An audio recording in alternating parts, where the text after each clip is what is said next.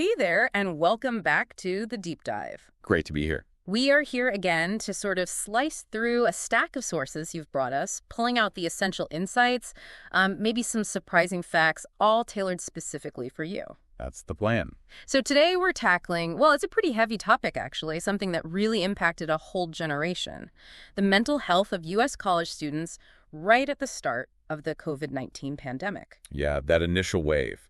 And our main source today is a specific study, a cross-sectional survey. It's called Investigating Mental Health of U.S. College Students During the COVID-19 Pandemic. Cross-sectional survey study. Okay, got it. It came out in the Journal of Medical Internet Research back in 2020. The authors are Wang, Hegaday, Sun, Keller, Smith, and Sasangohar. Right.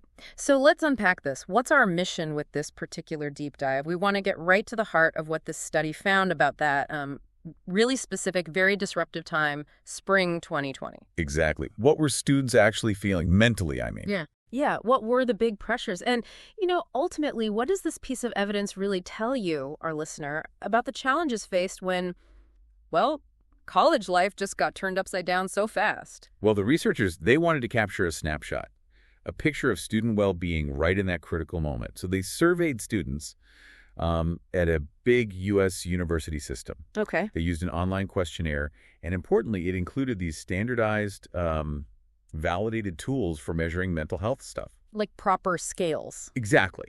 The PHQ-9, that's for depression symptoms, and the GAD-7 for anxiety symptoms. Plus, they asked specific questions about COVID-related stress, pandemic stressors, and how students were trying to cope.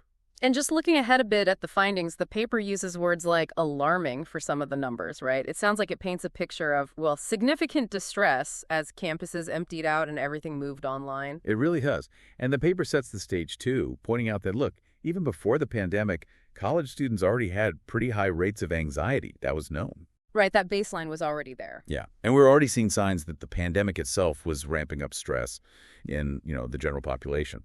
So this study really zoomed in on the U.S. college student experience right in that immediate upheaval period. Okay, let's dive into the data then. What did those scales, the PHQ-9 and GAD-7, actually show? How common were depression and anxiety symptoms in this group? The numbers are quite striking. They had over 2,000 students respond. Mm-hmm.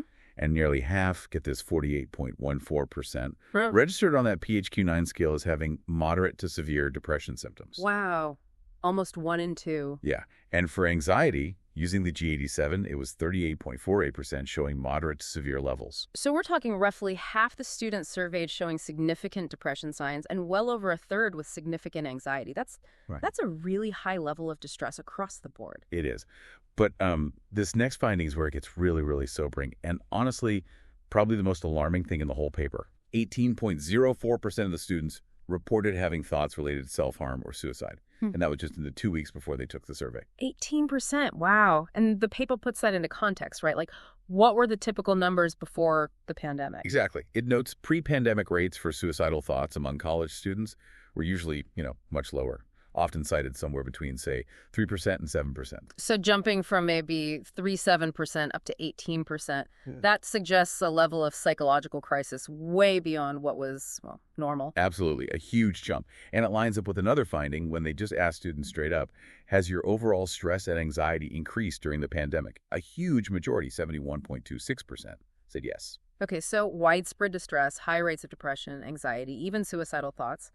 Did the study find if certain groups were hit harder than others, like differences based on gender or year in school? Yes, they did find some significant differences. Both gender and academic classification, like their year, seemed to matter. Yeah. Females, on average, reported higher mean scores for both depression and anxiety compared to males. Okay, so higher reported scores for females. What about their year, freshmen versus seniors or grad students? Yeah, the pattern there was interesting. It seemed like students who were further along in their studies tended to have lower scores, generally. Lower scores for those higher ups. Kind of, specifically doctoral students. They had lower mean scores for depression than all the undergrad levels, freshman, sophomore, junior, senior. Huh. And master's students also scored lower on depression than freshmen, sophomores, and juniors. And lower on anxiety than sophomores. Oh, and seniors had lower depression scores than freshmen, too. That is interesting. So maybe being more established further along in your academic path offered some kind of buffer. Or maybe it related to the types of stress they felt most. That could be it. The study didn't explicitly test why in the quantitative part, but it might connect to the specific stressors people reported. Maybe undergrads, especially the younger ones, were just more vulnerable to having their whole campus world disrupted, that sudden online shift. Right, which brings us to the next point. What were students saying was stressing them out? What were the main drivers behind all this increased anxiety? Well, the number one category cited was academic stress. About 39% of students reporting increased stress pointed to academics. Okay, almost 40%. Yeah. And the paper mentions that precipitous transition, their words, to online classes as a huge factor. Precipitous, like falling off a cliff, yeah. Pretty much. It wasn't just, watching lectures on Zoom. It was this overnight dismantling of how they learned, how they interacted, often without the right support or prep. So lots of worries about grades, maybe graduating late, that kind of thing. Yeah, that sudden change definitely sounds stressful. What came after academics? What else was weighing on them? The second most common stressor was just general uncertainty about the whole pandemic. That was about 35% of students. Understandable. And right behind that, almost tied, were health concerns. Also around 35%. This covered worries about their own mental health, the health of family and friends, and just the fear of catching the virus itself. Uncertainty, health worries. Yeah, that makes total sense in that context. Any other big categories? Financial concerns were pretty significant too, for about 20%, 1 in 5. Mostly job loss or just uncertainty about getting a job later. Right. And their living situation, the work environment. That caused stress for another 20%. Things like trying to work from home, feeling cooped up, maybe difficult dynamics if they were confined with others. I've been fever, yeah. Totally. And then isolation was a big piece too. Impacted social life. That came up for about 18.5%. Isolation. Makes sense when campuses shut down, social events canceled, stay-at-home orders. Yeah.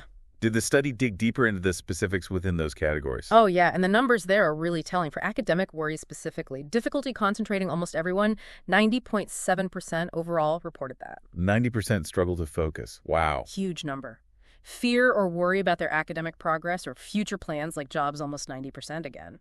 Worrying about their actual grades, 86%. Difficulty adapting to distance learning, 76%. Even feeling like the workload increased 2/3, 66.5%. Man, it sounds like the academic side just became this perfect storm of cognitive overload and performance anxiety. That's a good way to put it. A perfect storm. And then for specific health concerns. Oh, yeah. Top one was fear about their own health or the health of loved ones, 89%. Also super common were disruptions to basic routines, sleep changes, 85%, eating pattern changes, 80%. Basic needs getting disrupted. Exactly. And echoing the overall numbers, 2/3, 67%, specifically mentioned experiencing depressive thoughts as a health concern. And the lifestyle stuff. You mentioned isolation. Yeah, the top two there really hammer home the social impact.